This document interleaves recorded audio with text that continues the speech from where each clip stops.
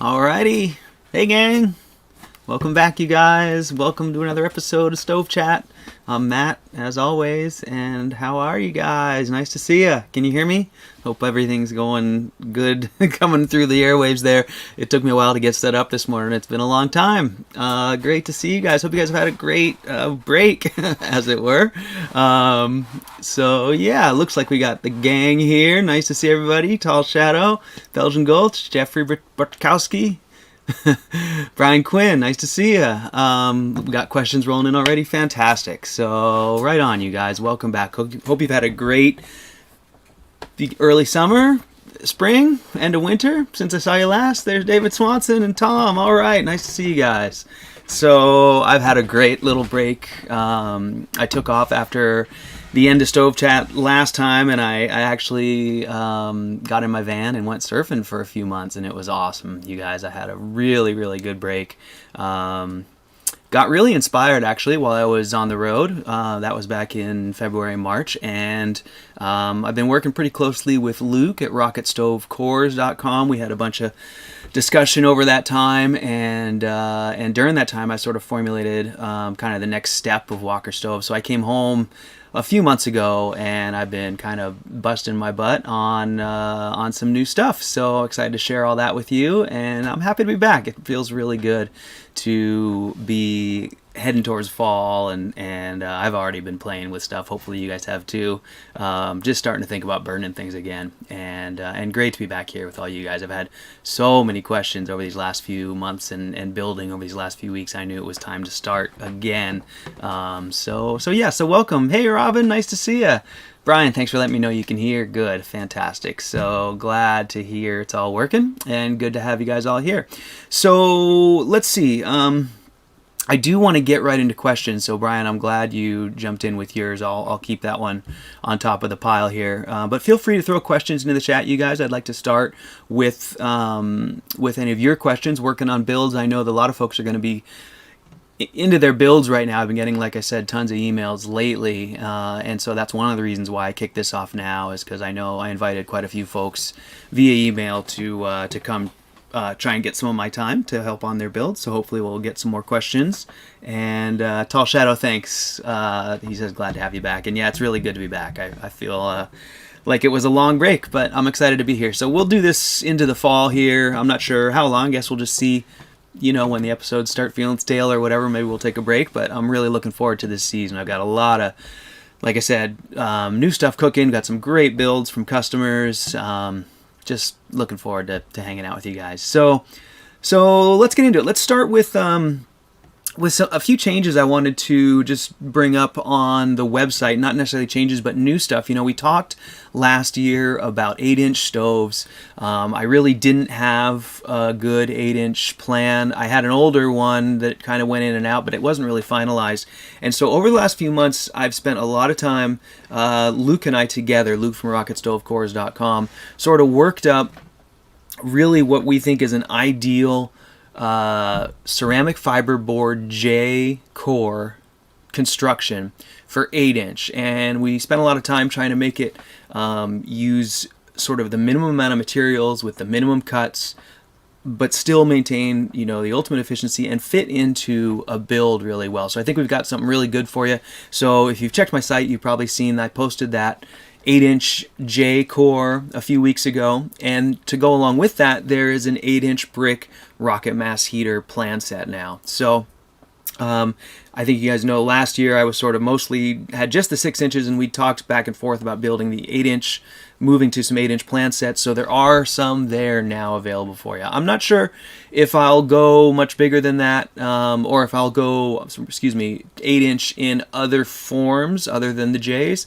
The J's are pretty well suited to the 8-inch. I may do an 8-inch brick batch heater. As we start to get into those bigger sizes, the ceramic fiberboard starts to get real expensive. And you also start to get more significant wear or abrasion issues because people start really, if you get a big firebox, people are, rough with that much space. So I do have a brick 8-inch stove design. It's actually the stove that Peter and I built at Paul Wheaton's place back in 2015, I think. It was the very first 8-inch batch box that was built. Peter did the calculations while I stacked the bricks, and we just kind of made a plan together, and it turned out to be an awesome core. It's the one that he took all his test measurements for. We got incredible results out of that core. So I may release that one as a plan set as well sometime soon. But at any rate, just want to talk about some updates there on the stove and on the website, and some new plans. And I'm really excited about the 8-inch brick RMH. I've got a few customers out there building them now, and I think it's going to be a great heater. So there's that. So hey, Augustus, nice to see you, man. Thanks for coming by. Happy to be back. So there's that. And then, as you guys know, Luke at RocketStoveCores.com and I, as I've said, we've been working together. Just wanted to reiterate that he is working on cores for, I believe, all of my stove plans. He's working up a riserless core, I believe, for this season. But at the moment, there's some difficulties with supply chain issues, as there is in every industry. So I think that that ceramic fiber board itself is difficult to source right now in any volume. So if you're thinking about doing a build and you want one of Luke's cores, I would suggest getting a hold of him and maybe trying to put in an order and getting ahead of the rush, as it were, because I think he's going to get some boards in a month or so, and he's probably going to have a big backlog of orders. So there's that. And so that's kind of the business stuff I wanted to go over. So let's talk a little bit about, I got some great questions. Maybe we should just dive right into those and see where we're at. So yeah, I'll just start with Brian's question here. Brian says, I want to build a stove in my basement, but only to use as a backup or in fall and spring. Is it going to be worth the build effort, or just buy a regular stove? Well, that's a great question, Brian. That's a really good question. And actually, you know, that really sort of brings me to kind of one of my fundamental tenets of rocket stove building. And that is that, you know, I feel like, and I think most of the folks here are going to back me up on this, and I'm kind of having a difficult time formulating how to convey it. But really, the way I look at even a single stove build, but the stoves in general, and especially as a do-it-yourselfer, they're really a journey. I sort of hate to use that word. It's kind of cheesy, but there's a progression to them. And while there are people that build a stove once and then don't touch it again, and that's really what my intention with, you know, creating plans was, to give folks hope of getting one that works right out of the gate. But while a lot of people do just build a stove and then leave it, I think that's probably in a large part the minority of people who build stoves. I think people who build these stoves, do-it-yourselfers who build stoves, if you're anything like me, you know, you just get sort of captured by, you know, the fascination with these stoves, with all of the potential possibilities that the build, you know, suggests to you as you start to understand it more and as you start to play with the build. And really what I'm trying to say is it's really fun to build these things. It starts out seeming kind of overwhelming, and it seems like a giant chore. But once you have a pile of bricks and some mortar, and you kind of, you know, you've got your core figured out, and then you start to play with the bricks and stack them up, it's really addictive. And you really, you know, you might build the first one right to my plans, but then you might, you know, use it for a little while and have inspiration from your own goals and say, well, geez, I wish it made heat over here, or quicker or slower, or, you know, I'd like to use it for this function. But at any rate, I think that there isn't really a short, easy answer to your question. I mean, I think, yes, it's worth it to do it. There's a lot to unpack there. You know, how difficult is it to get a chimney in there? You know, how hard is it to really undertake this project?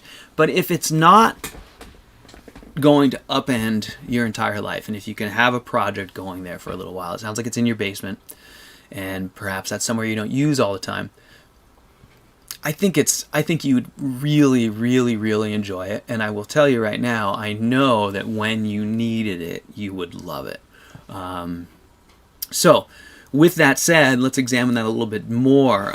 The question of just throwing a box stove down there, a regular stove, which it sounds like you might do as the alternative.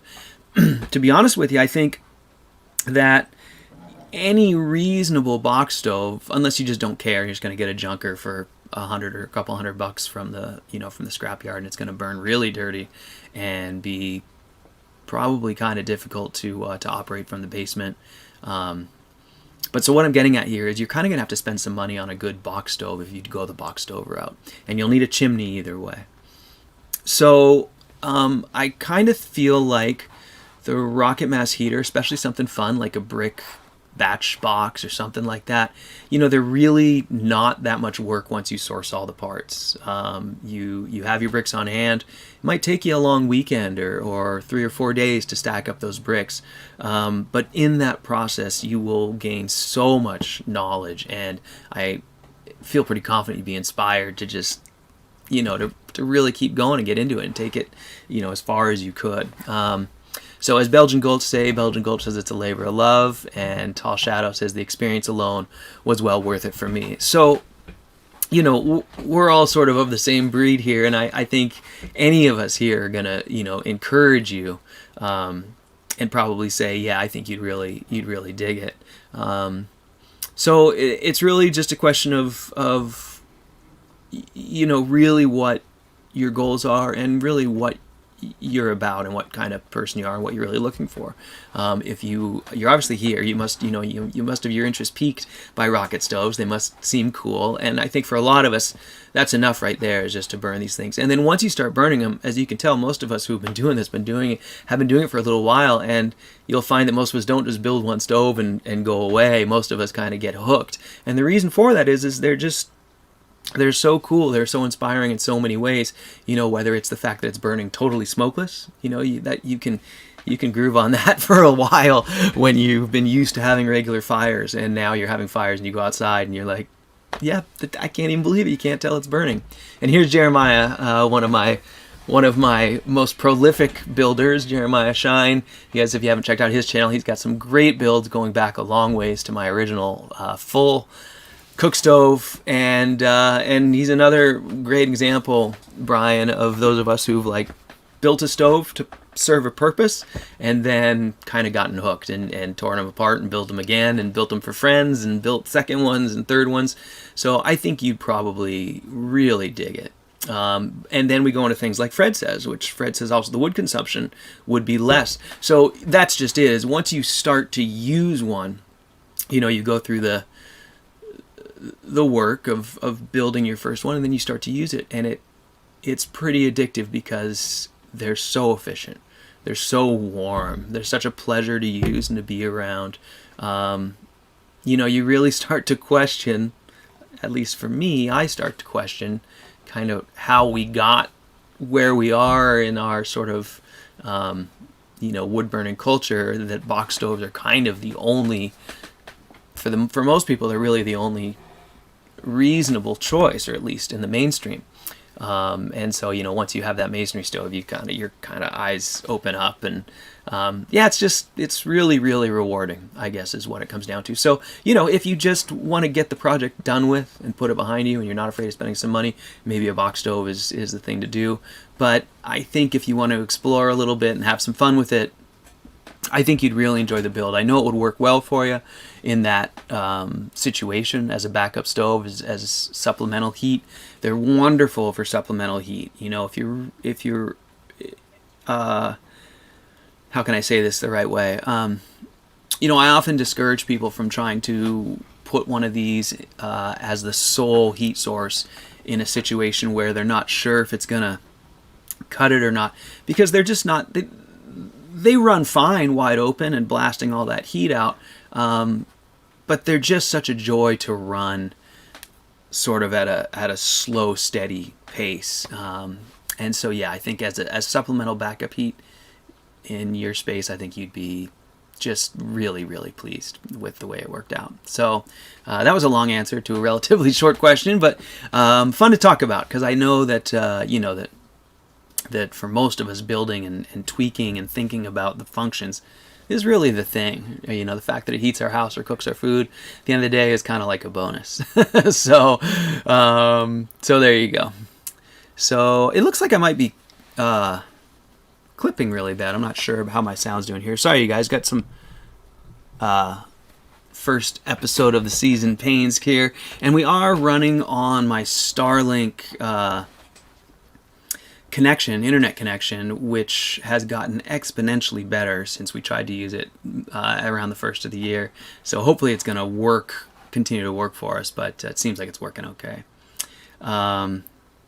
So yeah, Jeremiah, that's a great comment. Jeremiah says, after hanging with you guys for so long, I walk out of commercial chimney and hearth builders places disappointed. And you know what, Jeremiah, I do too. And it's kind of discouraging. Yeah, Brian, you're welcome. Thanks for being here, man. Really, really good to have you around. So yeah, it's discouraging that the mainstream really hasn't picked up on it. When I went to Washington, D.C. and met with, really the decision makers in the EPA and the USDA and the Department of Energy and Secretary of the Interior, all of those folks who are in positions to change the way our system works so that we can start to have cleaner burning, more efficient wood stoves. And I left there both encouraged and discouraged. Encouraged by the people and discouraged kind of by the bureaucracy and the fact that I think acculturation is really the driving factor. That word is acculturation, and it's the fact that our moms and dads and their moms and dads burned wood and metal box stoves, and if it was good enough for them, then it's good enough for the next generation. And people just get used to their cultures. Masonry heaters are a part of the culture in certain parts of Europe and other parts of the world.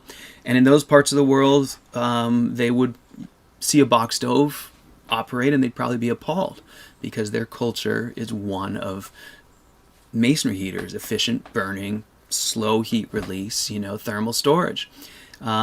So it's discouraging, Jeremiah, when you go to a commercial stove store and you see kind of what we've accepted as the status quo of these dirty box stoves, and the only way to fix them is to come up with fairly complex, not very durable solutions. They're always consumables, right? The secondary air stoves, those secondary air parts don't last long, just like in mine, so I shouldn't really say that, but in box stoves, once they go out there, it's a really dirty situation. And then catalytic converters, same thing.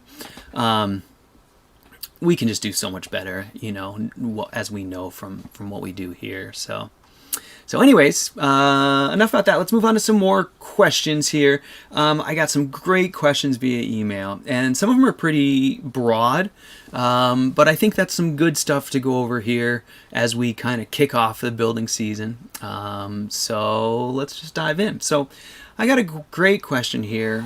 This one's from John, and he says, how do I know when to use regular red bricks versus fire bricks versus ceramic fiberboard insulation versus ceramic wool insulation? And I thought that was a great question, because for some of us who have built a lot of stoves, it's going to be sort of second nature. But I understand that when you're coming at it cold, you're going to be saying, geez, how can I look at all these materials, which one goes where? So I thought it was great, and it's great to talk about that, and the features and functions behind them. So Jeremiah says, maybe they see me as a scavenger out for their scraps and nuisance. Material suppliers are the same. Most times I break out the phone and begin the unasked for lesson. Yeah, Jeremiah's referring to walking into stove shops and having them, maybe see him as a scavenger, and that's why, we're disappointed in them. But yeah, material suppliers are the same. One of the things about calling material suppliers that's interesting is, if you tell them what you're going to use the materials for, they're often going to try and talk you out of it, which I think is what you're referring to, Jeremiah. They'll say, oh, ceramic fiberboard, you can't put it in direct flame, or rise your sleeves, can't take direct flame. Those are some of the common ones that I get. And it's because of the way they use them in their industrial applications, and they can only envision sort of these giant boilers using these materials. And so they often get spooked by sort of what we're going to use the materials for. But that is a great segue into that question about the different types of bricks, the different types of ceramic fiber, and uses and functions. So I know we've covered a lot of this before, but I'd just like to go over it real basically. As you guys know, here, one of the main functions is going to be, is the material high mass or low mass? And can it handle high temps? Or is it going to be damaged by high temps as a low temperature material? And those are really the two deciding factors for any of our materials. Temperature rating, can it handle high temps or does it need to stay low temp? And mass or insulation or insulative quality. Is it high mass? Is it heavy, dense? Or is it low mass, light, weight? And so that really, if you think about those questions, okay, when you're looking at any of the materials in your rocket stove, you should be able to evaluate them and understand where they go and why they go where they go. So obviously things that are low mass are highly insulated. And we want to use those anywhere where we don't want heat to transfer out or where we want to contain heat and focus heat back into the internals of the stove. So the obvious choice, the obvious location for insulated materials is the core, because in the combustion core, what do we want to do? We want to drive temperature as high as we can in the combustion zone. So we want to push heat from combustion. We don't want it to soak into the walls and dissipate out through the structure. We want it to be contained, the heat. We want the temperature to be maintained as high as possible. We want to keep those high temperatures in our combustion zone to give us maximum combustion temperature. So with that in mind, we want insulative materials or low mass materials inside the cores. They need to be able to handle high temperatures because the core is going inside the core is going to be one of the highest temperature areas in the stove.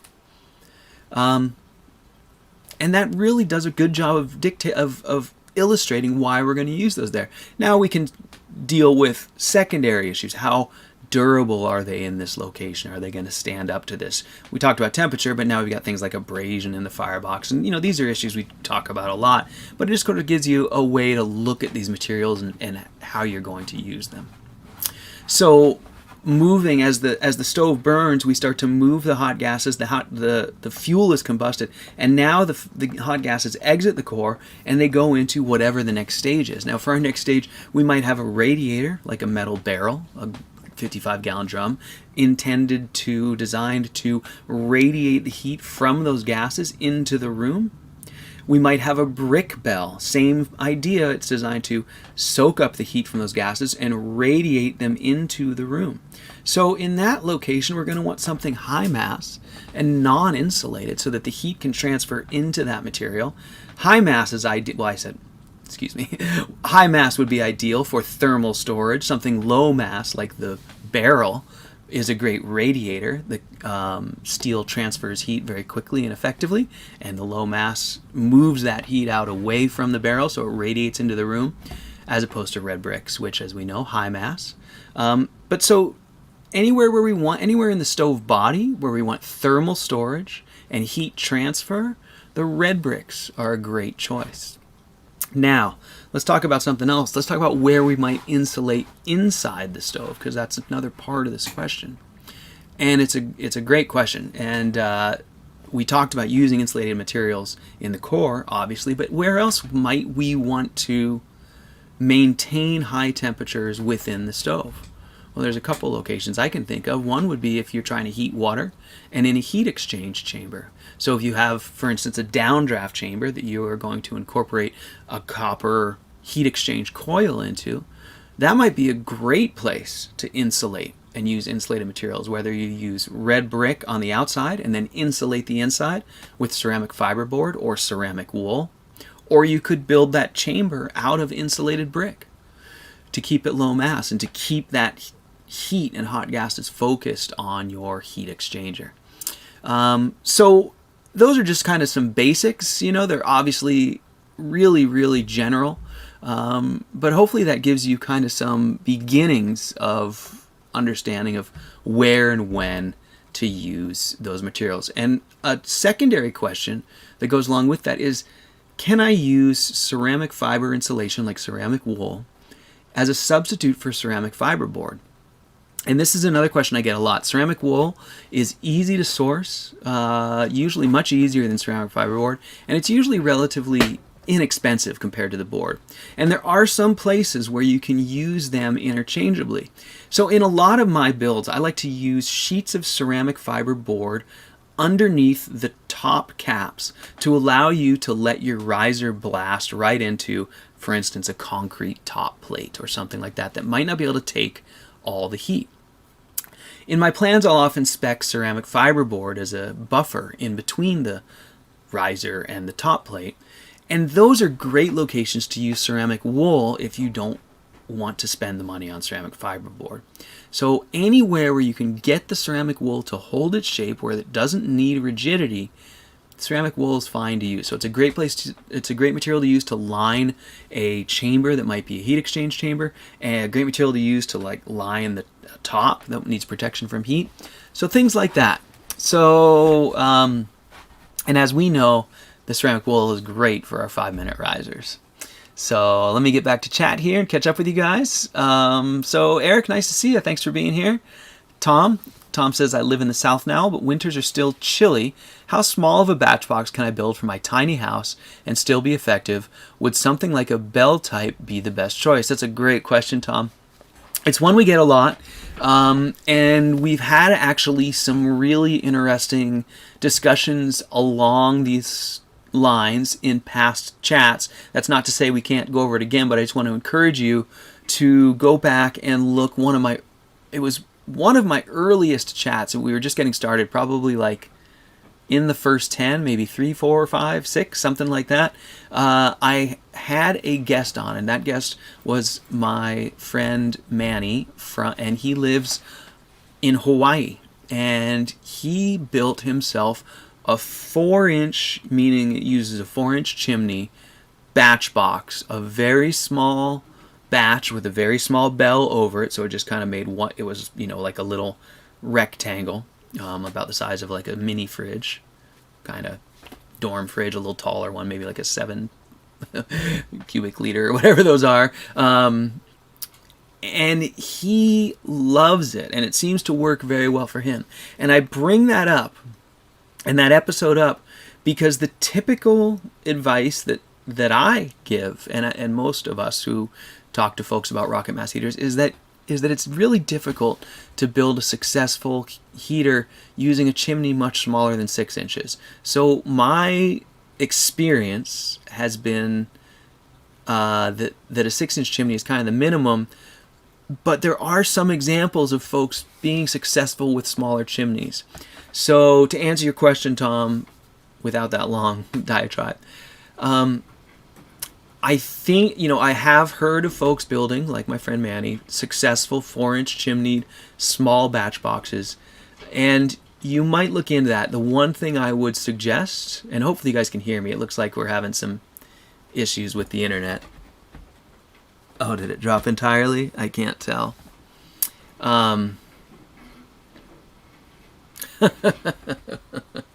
Wouldn't you know it? Well, I'll just keep talking as if you guys can hear me, because it seems like it always picks up at some point. At any rate, what I would suggest, Tom, since it's such a small stove, I would suggest building yourself a prototype outdoors, or maybe in the location where you plan on using it. But just expect that you're going to need to play with it a little bit, and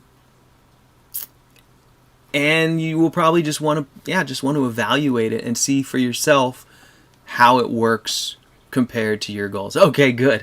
Okay, cool. Thanks, you guys. All right, good. I got a big yellow banner on this one page that was like, it's not your image quality or whatever it said, not good enough. So I guess we're back now. Okay, good.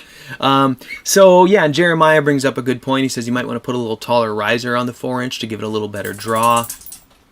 But if you basically go to Peter Vandenberg's website, which is batchrocket.eu, and he's got a page there where he's got a table of the batch box rocket stove dimensions using whatever size chimney. So it's a table, a chart with all the chimney sizes running across the top, and you can go to your 4-inch chimney and go down and get your dimensions. And so what I'd suggest is you just get some bricks, hopefully insulated fire bricks or something like that, ceramic fiberboard, whatever, any one of those materials, and kind of stack up a 4-inch batch box for yourself and play with it and see if it works well enough for you. One of the reasons I really suggest this is because the wood format may be surprising.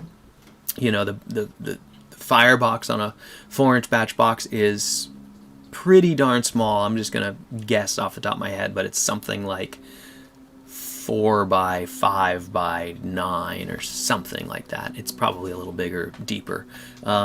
But at any rate, you end up using real oddball sized pieces of wood, and for me that was always difficult. But like I said, it's worth playing with and seeing how you'll deal with it. And that's one of the reasons why we always suggest 6 inches the smallest, because you can build a pretty small stove still with a 6-inch chimney, but you can have a reasonable sized firebox and use regular sized firewood, which tends to make a big difference. So anyways, that's sort of a long answer again, but I think that Tom, if you play with it a little bit, it'll give you a real good handle on whether that's going to do it for you or not. Like I said, my friend Manny loves his. He's on the big island of Hawaii, so he doesn't need a ton of warmth. He just, so he has real small fires, but it works really well for his goals, and it may be that it works for you, for your goals as well. Or you may find out that that you build a small one, you just go, yeah, that's just not worth putting in my house.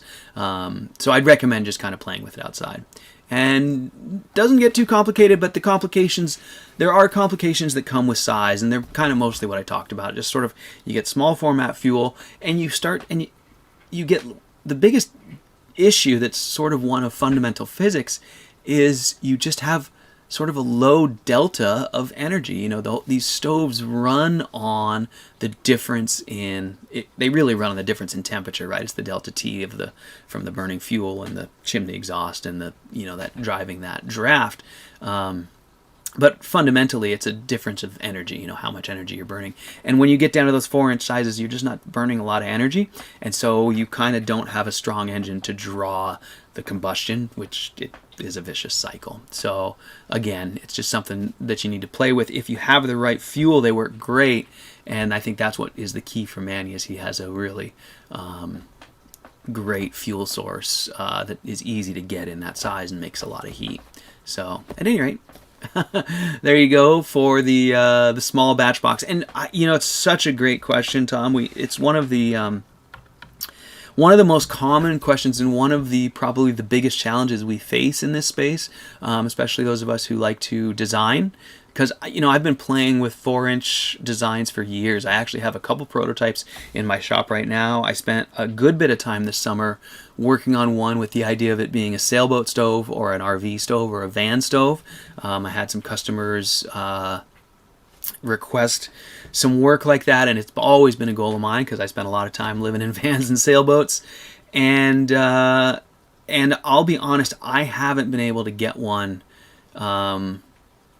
that I felt was a better solution than other stuff that was out there. Now that's different than what you're talking about, because you're talking about something that has a little stove body like my friend Manny's stove. I'm talking about really like a little caravan stove that doesn't have mass and doesn't have a a masonry body or anything like that. But when you try and do that with those little 4-inch stoves, it's just really difficult. Like I said, the fuel is an issue, the energy delta is an issue. They tend to run their heat right up the chimney, and you get kind of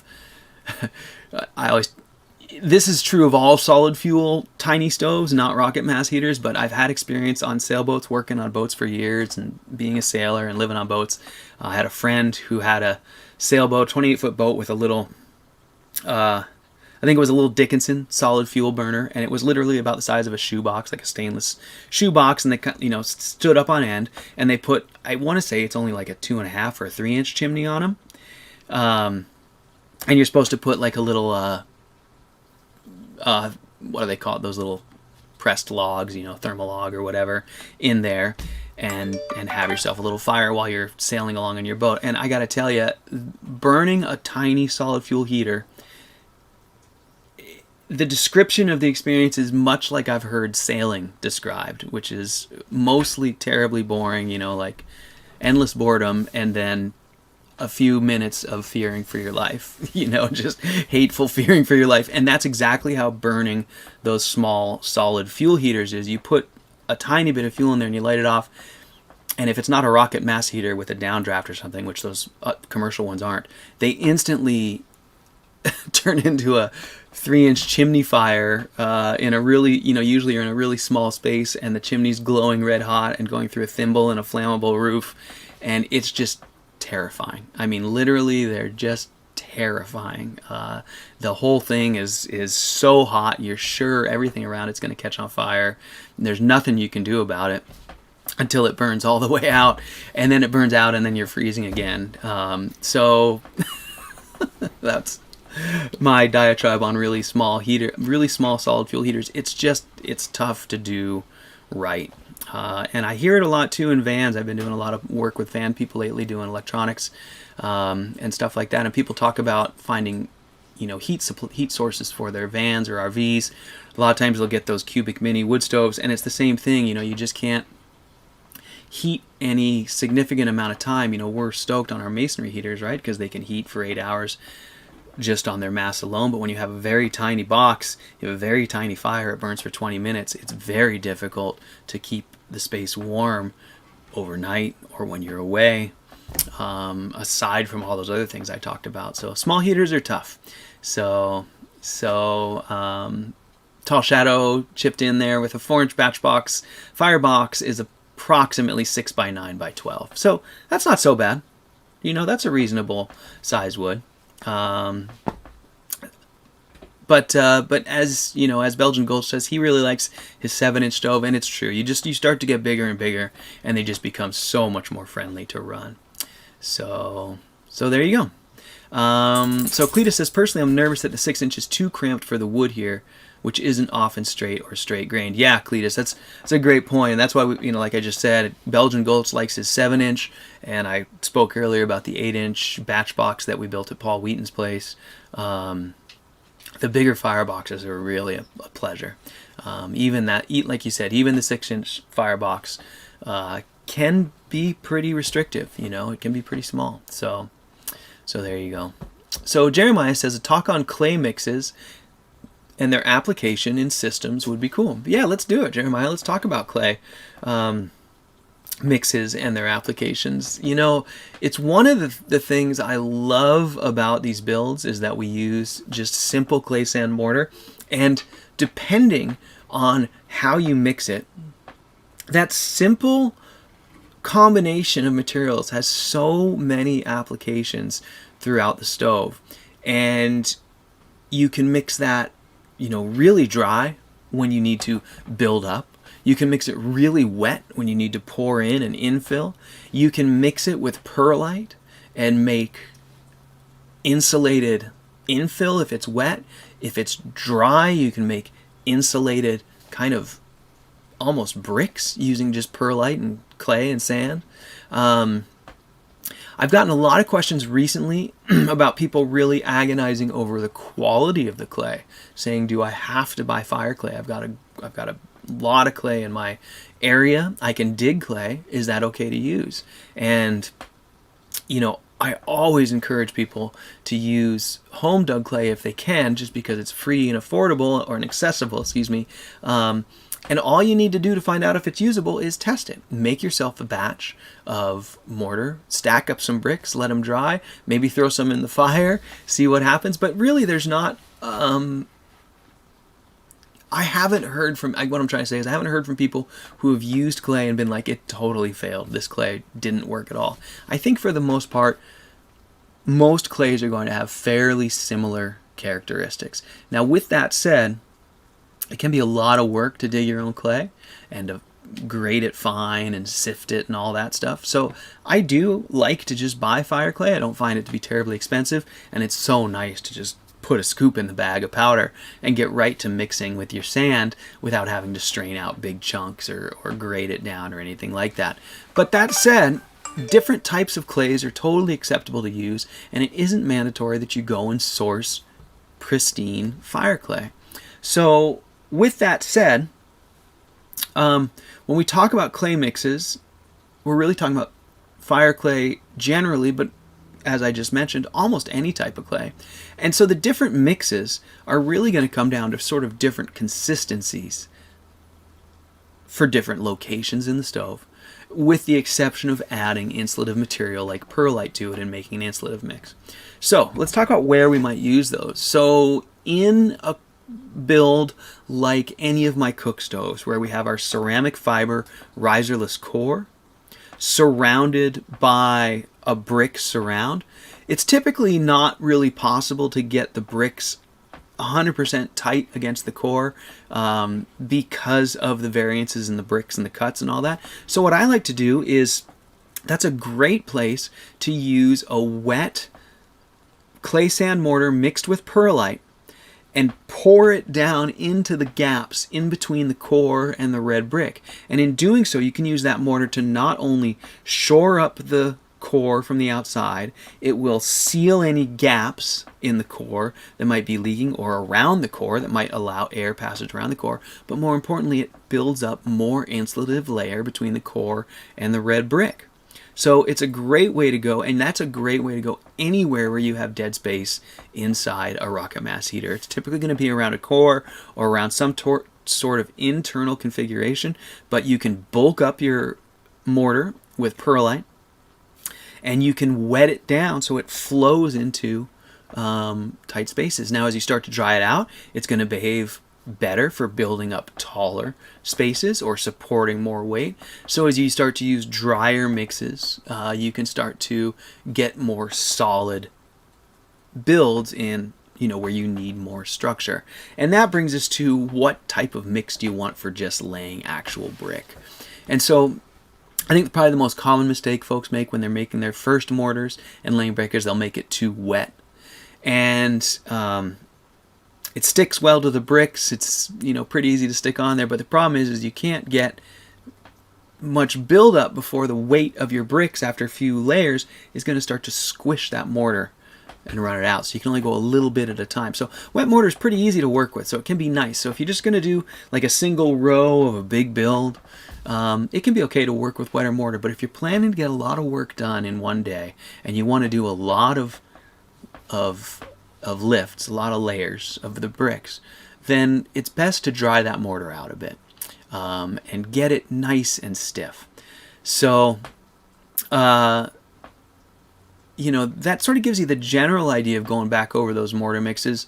There's a couple other things you can do. You can add strained or sifted ash to give the mortar a little more plasticity and a little bit more of a refractory property. It's a great trick if you can just get some wood ash from your firebox, sift it out, put that in your clay. You'll notice the clay will get kind of real plasticky. It'll firm up, and it really allows you to do some really nice shaping and forming with it, and it does tend to firm up or set up a little firmer than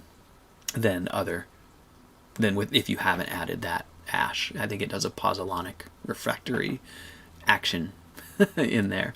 And so the guys here are talking about the price of fire clay, as you can see in the chat there. So $7 a bag for fire clay. Dang, Belgian Gulch, that is really affordable. Jeremiah Shine says 25 bucks there, which is still a deal, and that's about what I pay for it, Jeremiah, if I remember correctly. It's been a while since I bought some, but I think it was about 25 bucks a bag. And like you guys said, I still think that's a deal.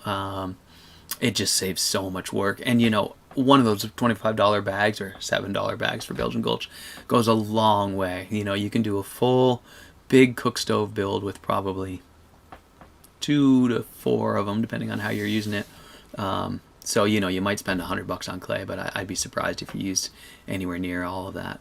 And Belgian Gulch, or Jeremiah says, don't worry about good clay when infilling, and Belgian Gulch says not at all, any will do. And so that's a great point that these guys bring up, is that if you're just going like to infill around the core like we talked about, great time to use found clay from outside, great time to add filler. If it's insulated fill, you don't really want to add rocks or stuff. You can use perlite, but there's a lot of times that we'll have locations where you're using filler, like maybe under a pedestal or other parts in the stove where you're just filling. It's a great idea to add. You can add rock to that masonry. You can add old brick parts, things like that to bulk it up and give yourself more mass, because any solid rock is going to be more solid than the mortar even once it sets up. So give yourself a little more mass and bulk up your fill. Jeremiah Shine says, who is the guy that submerged his bricks in slip when he stacked cores? That's a memory from the vault. He must have had new bricks. Yeah, Jeremiah, that actually method is one that Ernie and Erica used to suggest. I imagine actually they probably still do, but they often talked about using clay slip when stacking their cores. And I used to do the same thing and just defer to what they said, but I've kind of come around in Belgian Gulch, I think, and I just had this conversation.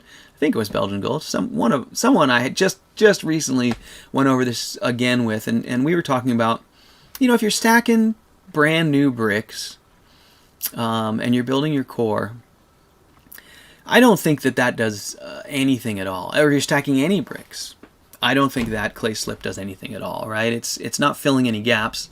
It acts a little bit as glue to hold them together just when you build them, so it's kind of nice from that standpoint, but it's not going to fill any gaps, and as soon as you light that thing off, those cracks are going to, there's thermal expansion is going to crack any bond you had there.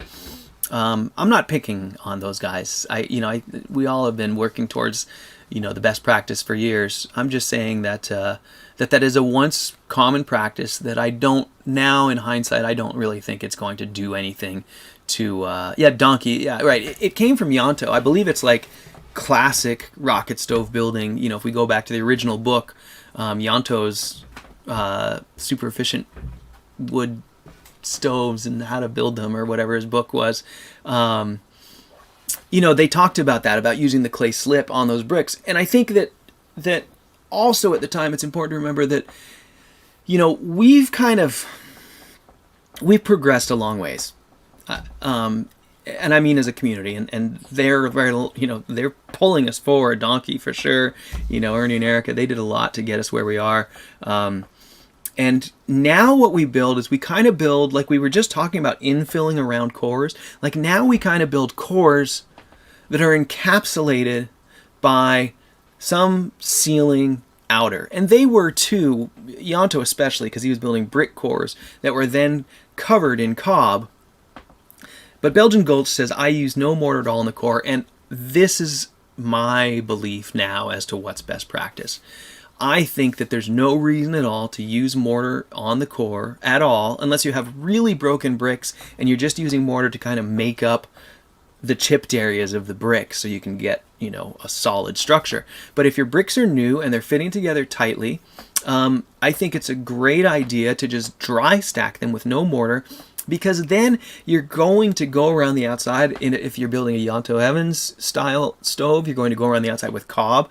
That's going to form the seal, right? It doesn't matter if the bricks are sealed in these gaps, because you get to the outside and you're going to hit that hermetically sealed cob. And in builds like in my plan sets, you're going to have that core surrounded by the infilled mortar and more bricks. So there's nowhere for any gaps to leak to.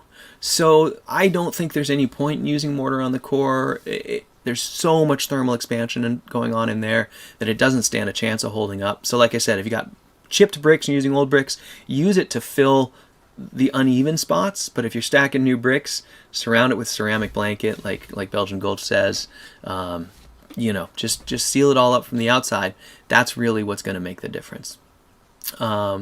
So that was a great topic. That's really good. I love it when we address some of the old tenets of building, and we sort of nailed down the progression that we've gone through, because I think it's really, really good stuff for new folks to learn, because as you guys know, a lot of the message boards will sort of regurgitate those old information as the one true way to do it, until enough time has gone by that the community starts to sort of pick up the flag and move it a little further. And I'm just really, really, really, really pleased to, that I think that us as a group, meaning just rocket stove builders in general, I think we're really continuing to progress in ways that are bringing these stoves to the masses, or capable of bringing these stoves to the masses. They're becoming so much easier to build. We're getting such better practices, I guess, as I'd say. So anyways, it's really fun to see, and I really appreciate that discussion. Sorry guys, I gotta disable this app here for one more hour. Okay, so let's get back to the questions here. So Robin says, do you really want to use mortar on the core just in case you get a bad break? Makes it easier to replace. That's exactly right, Robin. There's another reason not to use it. It's just easier to get out. But the mortar we use inside the core, those temperatures there, I mean, it just really basically it doesn't maintain any structure. It doesn't just turn to sand and powder, but it's not going to stick the core together in any significant way. And Jeremiah Shine says, I use more fire clay around masonry bases than pack in, and might not make a difference. The settling of the stove benefits from dry stacking too. Yeah, I agree with that, Jeremiah. More fire clay around masonry bases. Yeah, I think that's a great way to go. And it does benefit from dry stacking, the settling of the stove, for sure. It keeps things from moving, especially in the core where you really don't want it to. So 2009 Glories, nice to see you. And 2009 Glories asked me how my heat pump is working. It's working great. I'm so happy with it. Like we talked about earlier, using the stove as auxiliary heating instead of the only heating makes me love it that much more, if I can put it that way. So sorry about the helicopter. I don't know if that's here, if you guys can hear that, but he sounds like he's about to land on my house. They're logging all around me all the time, so they're flying logging copters. So let's see. Let's go back to, I had another couple questions that I wanted to answer. Let's see. I think given what we were just talking about, one more question here on bricks. This question is again from John. He says, how hot will the regular red clay bricks get when not using ceramic fiberboard or insulation to protect them? And is there a risk of them getting too hot and being a fire hazard or too hot to touch? And so that's brings up a really interesting point when we're talking about building stoves, where the hot temperatures are, where we want to store temps, where we want to insulate. And this question is really about how hot is the stove body going to get? And so, and how hot can the red bricks tolerate? And we've been using red bricks for bell areas now for quite a while without any downsides. So red bricks are totally fine for most areas in the stove body, with the exception of right in the core and directly adjacent, or directly, in the blast of the output of the core. But even for upper bells, so they're pretty much in the output of the core, but it's being dispersed over sort of a large area, they tend to be fine. And I've seen temperatures on the outside of my stove of the red bricks as high as 300 degrees. Maybe even a little higher. So definitely hot enough to burn you, John, is the answer. You can get them hot enough to burn you, but it takes quite a while to get there, and by the time they're that hot, you're going to pretty much notice that they're that hot. It's also different than like a box stove burn. It's not like just fries your skin. You still have a moment before it burns you when you can tell that it's so hot that it's too hot to touch. Bricks don't ever get that hot. So I think that hopefully answers most of your question, is that, you want to keep it uninsulated anywhere you want the heat transfer into the room, and that can be in pretty hot areas of the stove. So I think Belgian Gulch could probably chime in. He's got a big brick rocket mass heater with some red brick in the upper section of the bell, and I'd be curious, Belgian Gulch, to see what your peak outer skin temperatures were. Maybe check that out this winter as you're watching, and let's see how hot we get on the outside of a red brick. Because people used to be concerned about that, right? Can we use those in the hot areas of a stove? And I've felt pretty comfortable using them in the bells anywhere after the core, like I said. And so far, so good. So love to get some more feedback there from any of you who have red bricks in your builds that are exposed to pretty high temps. Let's try and collect some data on that this winter. See if we can give people a little more confidence and solid data there. So, hey Marcelo, hola. Welcome. Mi español es muy mal, mi amigo. Lo siento. I only know like un poquito español. I don't know if I can read your, let's see. Good day. Oh. Someone can translate that for me? Oh, Uruguay. Marcelo, I can't translate your question. Oh, thank you, Tall Shadow. Tall Shadow translated it, and it says, "Good day. I could activate the subtitles in Spanish language." Oh, I don't know. No sabe, Marcelo. I don't know. I don't know how to do that, but I'll try. I want to go to Uruguay. I would like to come to Uruguay and build stoves. So keep watching. I might try and come see you this winter. I want to come to Uruguay and build stoves and surf and raise cattle. We'll see if we get there. But Marcelo, I'm gonna skip back, and I'll look into subtitles. I don't know if we can do them live. I think maybe it has to be done after the fact. I don't know about that, but I'll look into it. Let's see. So Tim E. Hey Tim, thanks for being here. Tim E. says, I'm curious about bypasses and sparks and or fire risks. Tim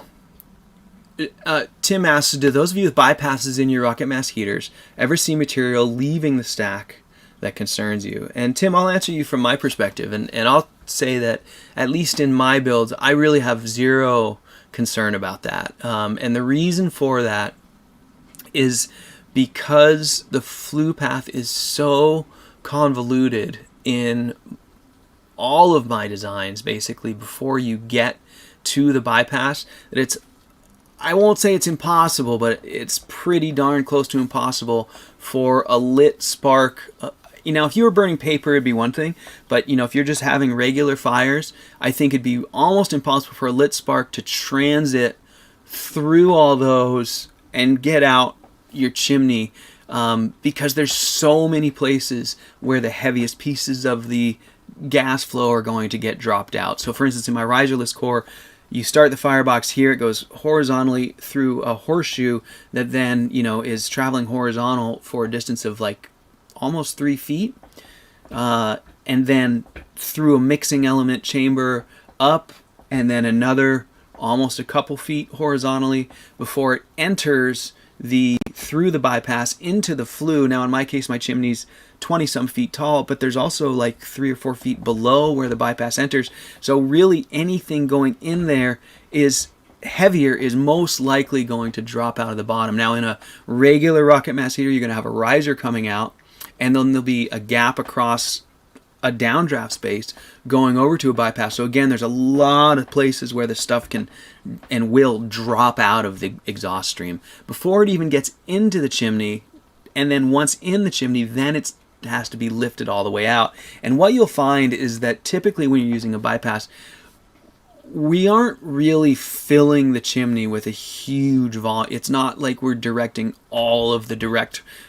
It's not a direct bypass, what I'm trying to say. Like, it's not like it just couples the riser right to the chimney and it's just, like I said, it's usually off the top of the riser, across the stove, and then from a high point, but there's a lot of stuff down below where things can drop out. So I think really, really, really unlikely, to the point of where almost impossible. Even if you're in a really dry area, I think you could feel really confident. Now that's in a complete build. If you're doing sort of a smaller, shorter build outside for cooking or something like that, it might have a different answer. But if you're building a stove indoors with a full chimney and it's a full build, I think you're going to have basically no concern about anything hot going out through your bypass. Tall Shadow says no sparks ever seen coming out of my stack, even with the bypass open and fire ripping. And Belgian Gulch says I agree, no problems with bypass. And Jeremiah Shine says, and the airflow is so strong, anything lifted will be blacksmith forged. Yeah, it's a good point. Anything in there is going to be probably cooked without any combustibility left in it. So that's great. So Tim says, thanks guys, I'm sure any bypass is still safer than a box stove. It's been so dry here and I really like to be close to zero risk as possible. Yeah, it's an awesome thought, Tim. Really, I wish everyone was as conscientious. And if anyone can give you confidence, I would say Belgian Gulch is I mean, he lives in what right now is, I'm sure, a tinderbox, and it's one of the highest fire danger regions, I think. I'm not speaking about like your specific neighborhood, Belgian Gulch. I know you live in a sort of a little wet valley, or it looks like it, but just your region in general is a dry firebox right now, and the fact that he's playing with the stuff, I think should give you some confidence. And with that in mind, let's head towards the close. I do want to say Belgian Gulch has been proving that he's not scared of fire, because he's been building a one of my barbecue ovens all summer. And I just want to say, Belgian Gulch, I just love seeing that thing come together. Why don't we, I'm going to save your pictures of it for next week, and we'll talk about it about the whole build and go over it with some time, because we're at the end of the hour right now. But I'm so inspired by it, and so I can't wait to show it to everyone. So he's got a brick barbecue area with brick supports for a roof, and it's just so cool. So I'm really, really excited to see that thing and see what you come up with on that. And one question I had for you, Belgian Gulch, is have you been putting a section of stove pipe on top of the brick chimney? Or I saw you just burning it. Look like you're just getting started, warming it up. But it looked like you were burning it without a chimney stack on top. And I do think that when you get a roof, I'm sure you're planning on it, you'll want to put a chimney extension on there and get it up above the roof. And you'll get a little bit better burning characteristics as well once you extend that chimney. I'm sure you were planning on it. I hope I wrote that in the plans. I can't. If not, I need to add that part to the plans. So there you go. So anyways, we'll go over that next week. We'll take a look at Belgian Gulch's really cool oven barbecue build. We'll talk a little bit about some cool stuff that's been invented or pioneered as that build's been coming together, and we can share some outdoor cooking stories since it's summertime. And yeah, so that's enough for this week. So you guys, it's so great to be back. I can't tell you how much I appreciate all of you being here and all your support. Really looking forward to this fall as we get into some more builds. I've got some great customer builds already coming together, but I'm hoping that we'll have a whole nother library of customer builds and we can do a few more episodes sharing those. So yeah, I'm just really looking forward to the coming weeks. So I'm going to start doing it every week starting today, you guys. So next Wednesday at 11 a.m. we'll be back. Yeah, start thinking of questions. And if you're working on a stove, good luck on the build. Can't wait to see what you come up with, and please share it with us here, and come join in and share your questions or your experience, and let's help everyone move forward with this rocket stove stuff. So all right, you guys, that's enough for today. Thanks so much for watching. I'm gonna hit the outgoing video, and I'll see you guys next week. Hope you have a great week. See you guys. Thanks.